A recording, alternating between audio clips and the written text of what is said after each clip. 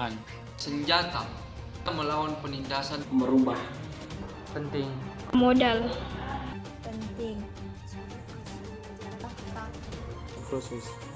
Menyadarkan.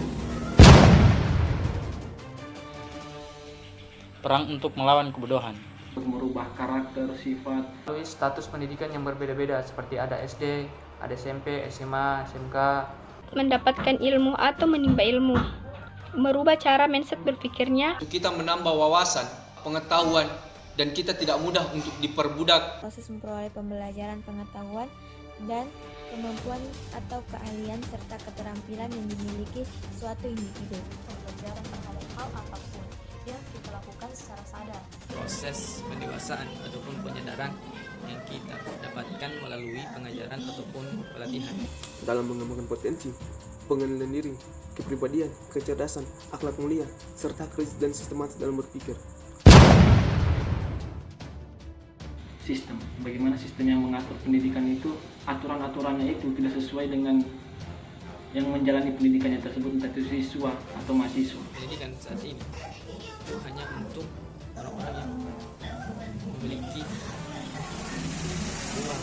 Terkadang pada biaya pendidikan yang tidak mampu dijangkau oleh orang tuanya. Pendidikan yang berada di desa-desa terpencil, seperti Sami contoh di desa Kalibiru. Menurut saya, pendidikan di sana sangatlah kurang baik, di mana kurangnya fasilitas-fasilitas belajar. Indonesia ini lebih mengutamakan nilai dibandingkan bagaimana proses kita untuk bisa mendapatkan nilai tersebut. Jadi dari SD, SMP sampai SMA dan bahkan kuliah pun ada beberapa pengajar yang rata-rata itu lebih mengutamakan nilai dibandingkan bagaimana proses kita untuk bisa mendapatkan nilai tersebut. Jadi selama nilaimu bagus, maka kamu aman dan akan naik satu tingkat. Masalah biaya bisa menjadi kendala setiap orang dalam mendapatkan pendidikan. Seperti yang kita ketahui, semakin tinggi pendidikan, semakin tinggi pula biaya yang diperlukan. Hingga banyak orang tua yang memiliki ekonomi lemah sampai menjual tanah, sawah, dan perkebunan yang mereka punya untuk menyekolahkan anak-anak mereka.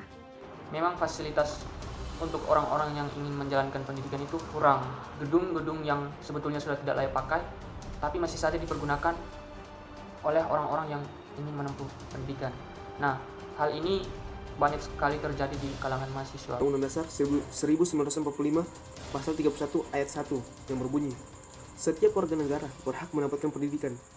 Tetapi realitanya di Indonesia kita lihat, masih banyak anak-anak yang tidak mendapatkan pendidikan, putus sekolah akibat biaya pendidikan yang tinggi. Biaya. Di mana salah satu teman saya ingin berhenti kuliah dikarenakan tidak bisa membayar biaya UKT. Pendidikan pada saat ini tidaklah adil. Yang dimana kita lihat pendidikan hanya lebih diutamakan di perkotaan, tidak melihat di pelosok-pelosok desa. Bisa memiliki sistem yang lebih baik lagi, yang disempurnakan lagi dengan memperhatikan berbagai aspek-aspek yang penting di dalam pendidikan. Jangan pendidikan itu hanya untuk orang-orang yang berduit. Pendidikan Indonesia itu bisa dijangkau oleh seluruh masyarakat. Jangan jadikan pendidikan sebagai sistem untuk berbisnis, tapi jadikan pendidikan sebagai sistem untuk menciptakan generasi-generasi yang dapat merubah bangsa ini. Memfokuskan kepada minat dan bakat siswa agar kedepannya Indonesia menjadi lebih baik. Dalam menjalankan Undang-Undang Dasar 1945 yang salah satu tujuan yang ada di dalamnya itu untuk mencerdaskan kehidupan bangsa. Indonesia ke depan itu lebih baik dibanding pendidikan yang sekarang. Semoga pendidikan lebih memerhatikan orang-orang lebih baik lagi. Semoga pendidikan Indonesia semakin merata dari Sabang sampai Merauke, sampai ke pelosok-pelosok desa yang susah dijangkau. Harus disamaratakan pendidikan di pelosok desa dan di perkotaan.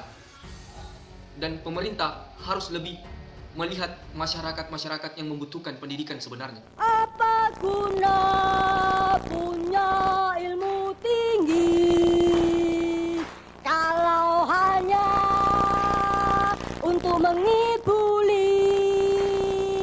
Apa guna banyak baca buku kalau mulut kau bungkam